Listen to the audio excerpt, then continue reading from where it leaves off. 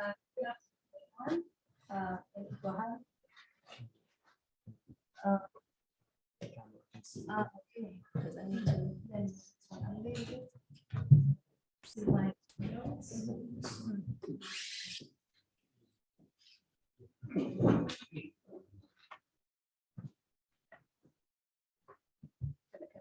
Yes. Okay. Good afternoon to everybody, and it's a very interesting topic that we're discussing today. I remember when one of the first give a speech today, I was a little nervous before it was my face because I'm an academic scholar on this topic.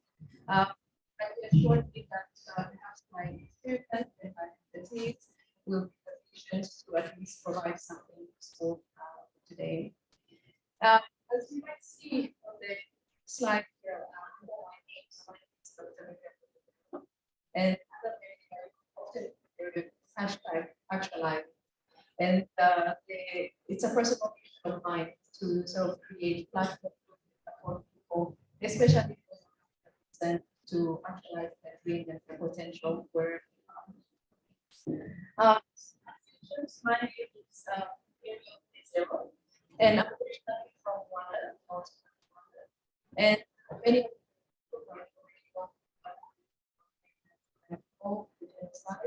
and the result of that is basically can be attributed to colonialism and the negative effects that happen. People are divided when borders are created people. So after the genocide, people from London and in different African countries after that, things in Namibia. I also completed my high school and my bachelor's degree, specialized in mathematics and computer science. And a fun fact, if you don't already know, Namibia is a sister country to Finland, and cooperation. And it's not that close to Namibia. I got to come here in 2007 as an exchange student. So a 5-month program, so I was supposed to come to 5 months, and after that I was to do my master's in Canada. But then when I came here, after I finished and found out the good education system that we might have, I was offered a master's. I was offered a scholarship to do my master's here, and then after completing that, I worked as an assistant, and then I further to my PhD as well. This was at the University of Eastern Finland. And after I was at my PhD, I go to Helsinki, where I also worked at the University of Helsinki in different projects as a researcher, and then as a postdoc. And it was in 2018, after 10 years of being in academia, that I go to work in industry as a analytics manager at Service. And at the same time, when I started my career in industry, I also started working as a chairperson of a organization called Retraining. And at Africa, we organize a lot of programs that engage and promote the power of the African diaspora here in Finland. The diaspora people, we face a lot of common challenges, whether it comes to structural racism, whether it comes to identity issues, whether it comes to employment. We face similar issues, and the organization targets everybody who is either from the continent, somehow related to the continent, has been there, to come together and go towards solving some of these problems. Last year, we got to work on 13 projects. As you can see, quite a lot. We are sometimes we forget that we are a non-profit and important organization. But we have a youth summer camp that we organize in the ages of 16 to 25. They meet during the summer and discuss using through arts and culture, discuss issues on identity.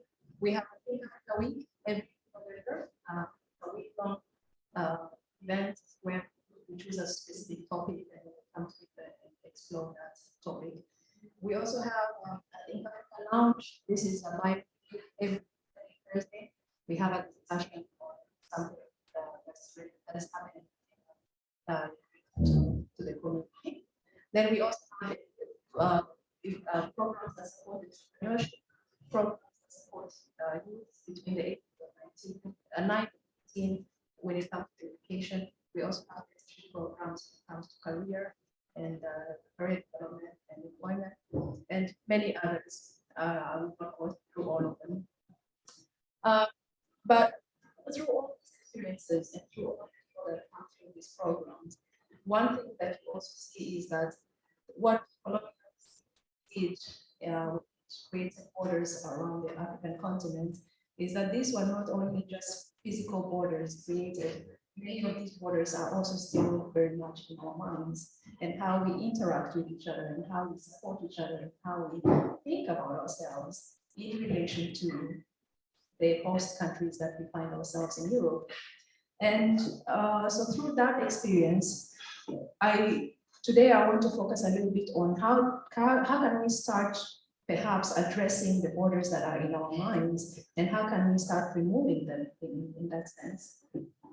There's a quote that I like from Albert Einstein, which says that imagination is everything. It is the preview of life's coming attractions. So a lot of the great things that manifest in life started by somebody actually just imagining them. But what if our imaginations are somehow constraints, if there are borders in our minds, and if there are limitations? What does that do to our imagination? Does it result in limited innovation? Does it result in limited self-belief, perhaps short-term thinking? There are many effects of this, and I'm not a psychologist, I will not go all of them. But I believe that if we could imagine an Africa or people of Africa without borders, then we would be able to make that happen. So it first has to start here before we can actually make it happen in life. But how do we remove these borders? So today I'll share with you about 3 ideas or 3 tools that I think could help. So one is the way in which we seek information, or actually the proactiveness of seeking information. We need to, especially in this day and age where information is so easily accessible, we need to empower ourselves with information and be able to seek it. It's often said, or actually maybe in an insulting way and a joking way, that if you want to hide information, especially from African people, hide it in a book. But although it's said in a negative way, there's sort of like a truth behind it, in that we don't consume information in the same way. And we have to find ways in which we can empower people with information through mediums in which they actually access it through. And this is often seen in how people also attend events, how African people attend events. When we discuss, or when I think Africa, when we organize a lot of events, we can see the difference in participation, engagement, and the way in which information is consumed. But another quote I like is by this Sir Francis Bacon. He was also a person in psychologist, who said that the better information one has, the more one will be able to control events. The information is really critical in taking action. The second point is that we need to actually spend time and invest time in retraining our brains to think differently. I often feel, especially as people of African descent, that perhaps because we are always so busy, we are hustling for money, we are always trying to make ends meet, that we don't actually take time to really think of why we do what we do, or why we think why we're it's sort of like the origin of our thoughts and how we can reshape it. How do we start sort of removing those shackles of imperialism and colonialism that we still carry on, even if we are not conscious of it. So this is the second sort of point, that we do need to invest time to remove that. Then the third point is that we need to nurture our imagination. I have a young girl, she's 3.5 years old, and perhaps if you have kids, you might have noticed that kids have this sort of ability to imagine a whole new world. She would be with toys, and she would create her own world with this, and she would interact with the characters as if as she would do in real life. So, and it's just this ability to imagine a whole new world. And I think it's something we need to foster. I don't know if I'm too old now to foster it in my imagination, but at least among the young ones, we need to start making them imagine an Africa without borders. People of African descent who are as equal, as capable as anyone else in the world. And this will not materialize tomorrow, but it's things that we can already start doing. And I'm going to end the speech with a quote from Marcus Gabby. He was an activist, a social activist in the US. So he says, "We are going to emancipate ourselves from mental slavery, because whilst others might free the body, none but ourselves can free the mind. Mind is your only ruler, sovereign. The man who is not able to develop and use his mind is bound to be the slave of the other man who uses his mind." So I hope that these three sort of ideas or tools, we can take them on today. They're not novel. I think everybody knows sort of those things, but just to reflect on them and how we can create a more equal society. Thank you very much.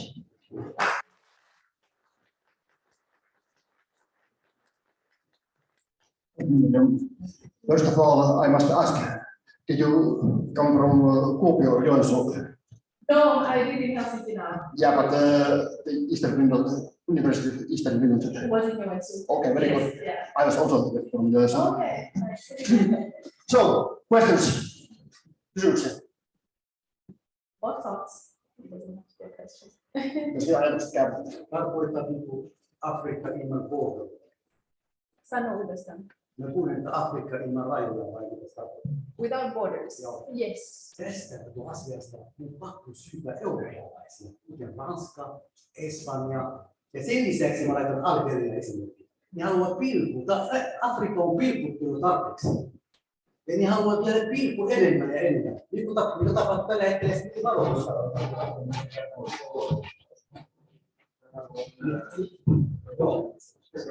Terve taas. Niin, Afrikka ilman rajoja. Ja tästä mä haluan syytä eurooppalaisia, kuten Espanja, Ranska ja niiden lisäksi Algeria. Ne haluavat pilkkua koko Afrikkaa vielä lisäksi. Esimerkiksi mitä tapahtuu tällä hetkellä Marokossa. Ne haluavat erottaa vauva äidistä. Tarkoitan Sahara Marokosta. Ja Afrikassa on tapahtunut enemmän. Mikä historia siitä on tapahtunut? Kyllä se on surkia, mutta tämä on hyvä pointti, mitä sä sanoit äsken. Kiitos paljon. Kiitos.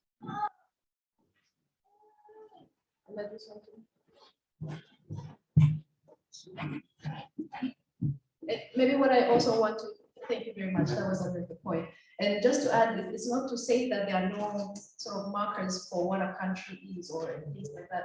But it's just the ability to let those borders not stop us from interacting with each other. Because currently, trade between African countries is almost non-existent if I compare it to what the EU is doing because of those borders and the sort of the limitations and the constraints just to trade over a neighbor.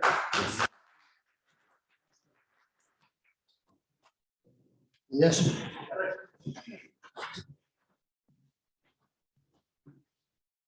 Joo, kiitos. Minulla tuli tällainen ajatus tässä, kun kuuntelin, että kyllä tämä niin kuin tämän päivän kolonialismi ja imperialismi niin tarvitsee näitä rajoja käyttää hyväkseen. Ja kyse ei ole myös, tai ainoastaan niin kuin valtioiden rajoista, vaan kansojen ja uskontojen ja se niin kuin kärjestää kaikkia ristiriitoja, mille on niin kuin pohjaa, niin se ruokkii niitä, että se pystyisi hajottamaan ihmisiä ja pääoma saisi niin kuin helpommin vallan niin kuin ihmisistä, ei pysty vastustamaan ja pitämään omia puoliaan. Että tämä nähdään niin kuin, maailmalla joka puolella, niin arabimaailmalla kuin Afrikassakin. Että siinä ei ole kyse niin kuin, vaan valtioiden rajoista, vaan kaikki mahdolliset ihmisiä erottavat niin kuin rajat käytetään hyväksi ja hyödynnetään siinä ihmisten voiman pirstomisesta ja alistetaan niin kuin riiston työkaluksi. Sehän vaatisikin niin kuin varmaan sellaista niin oman mielensä tarkkailua, niin kuin tässä sanotaan, että käytä itse sitä niin kuin ajatteluasi, että joku käytä niin kuin välineenä sitä niin kuin sua itseäsi vastaan. Joo, kiitos. Tuli vaan sellainen ajatus.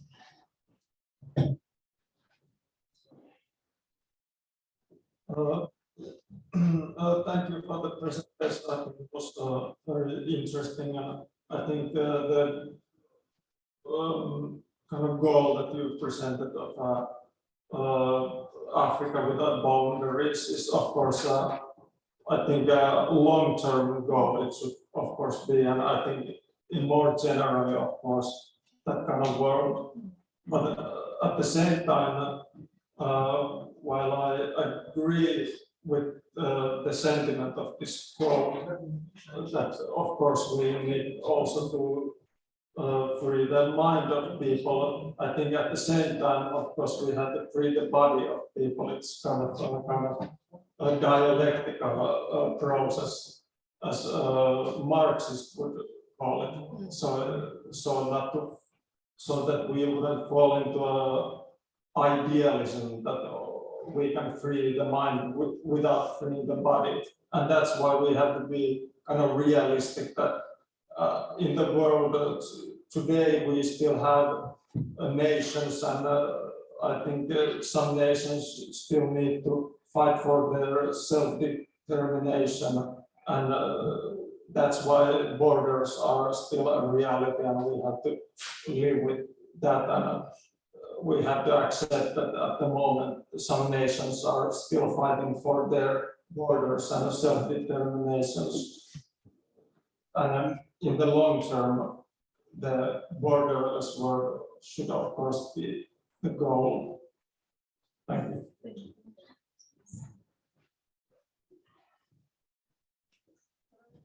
I think since retiring in Helsinki, and as we have been kind of speaking how the Western world understands the states and has set the borders, my little experience is that many people I have met can't identify with these borders at all. So you cannot call them to the nation on the map. The identity goes to the language group, or perhaps you get a tribe, or even a village chieftain, you know, the loyalties. So actually the groups are perhaps smaller or wider than how the map looks like. And people should, I don't know, but people should actually, it's not the beginning I have to. But anyway, the reach to these people cannot go according to the map.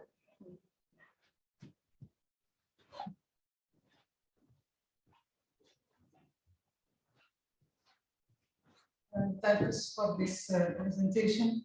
While I was listening, I was thinking about the discussions in the EU, because about the common values between Africans, and it was also something reminded me by the books of Duarte Said and Franz Fanon. All those ideas are about just to avoid the mentality of the herd. Yes, and this mentality is very common in the way we think, because we belong to ethnic, tribe, and we have those cross agendas. But But all what you said there nowadays is primordial in our lives as African. But just we have yes to erase the war, but we have to do this with our freedom, using our brains, not obligated by the force of an army or something like this. Yeah.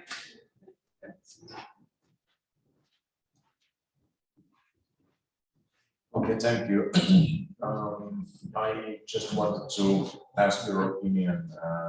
How do you see the African Union and its role in this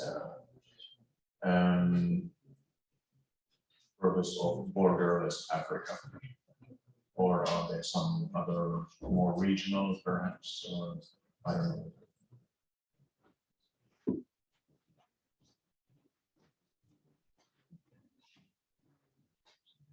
Hi, thanks. That's a good question. I think they have the biggest part to play because they're the ones that are, I mean, the whole reason the AU was founded was to bring or to unite many of the African nations together. So they have the biggest role to play. And they have made some sort of strides towards that. Like, for example, now there's the Africa Free Trade zones that are being created, even though it has taken years even for that to materialize. So they could, there are certain aspects we probably will not get them through today, and we can have a discussion after. They could do much more in terms of uniting the continents, allowing free, like visa-free movements between different nations on the continent. They could do more to regulate, for example, prices of traveling or flights between the countries, even though they might not have the power, but they could, since the heads of the states are all part of the English, they could sort of instigate those discussions and have more of those as well. So that's, they could do more, but they already do have to do this. Thanks. I understood that the first president of the first independent colony, the Kwame Nkrumah, needed to have an idea that, of course, all African countries must not now unite with one flag and one federation, because it's the only way to break the colonial bonds to the Western world and international world. But that was never happening. Yeah.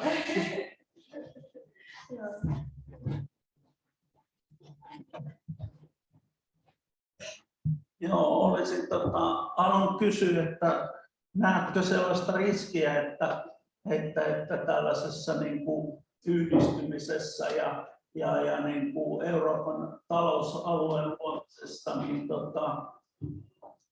niin kuin vaarana se, että tämä niin kapitalistinen risto niin kuin tehostuisi, että saadaan isompi yksikkö, jonka kautta pystytään niin kuin alistamaan koko Afrikka niin kuin yhtenä niin kuin riistolle, kun nythän se on hankalampaa, että mä näen itse, että tällaisia piirteitä on EU:ssa ja mä näen, että itse on näkevinäni, että EUn ja läntisen maailman tavoitteet niin kuin luoda Afrikan talousyhteisö ei ole vailla niin kuin taka-ajatuksia.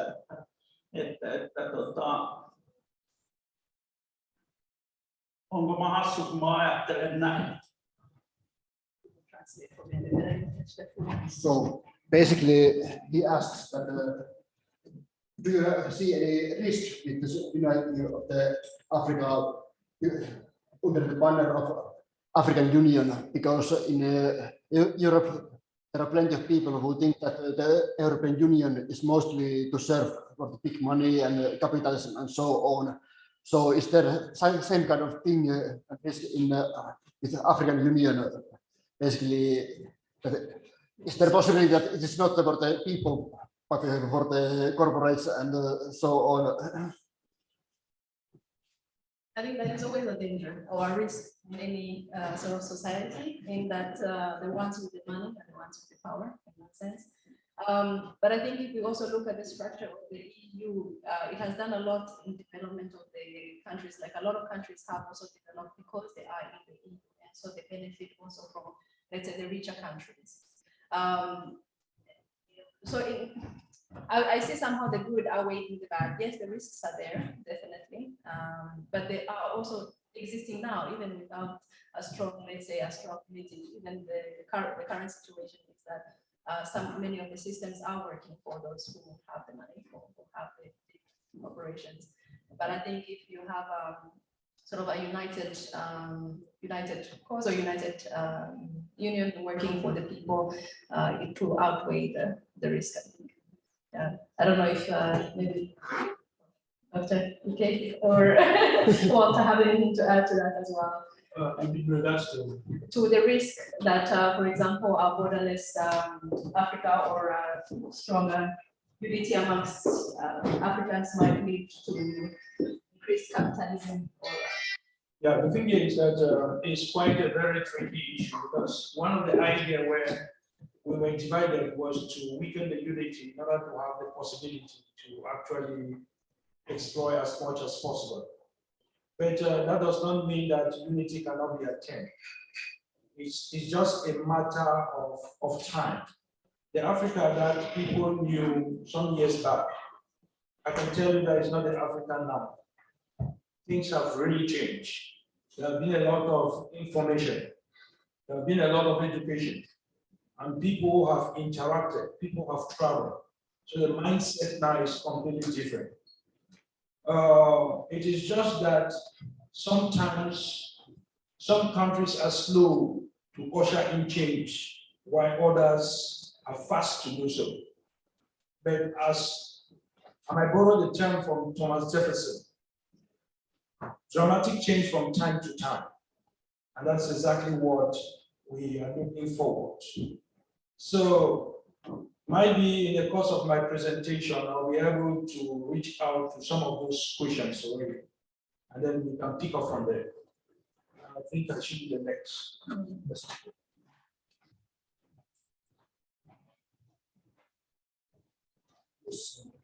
One more.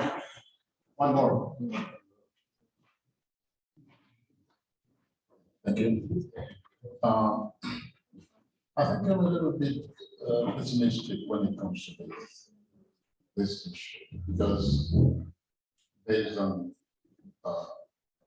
experience from the things that happened in the past and things that are still happening today, I believe the essence of all political setting is to grab something for themselves. If we look at what is happening today in Ukraine, is the same system still playing out.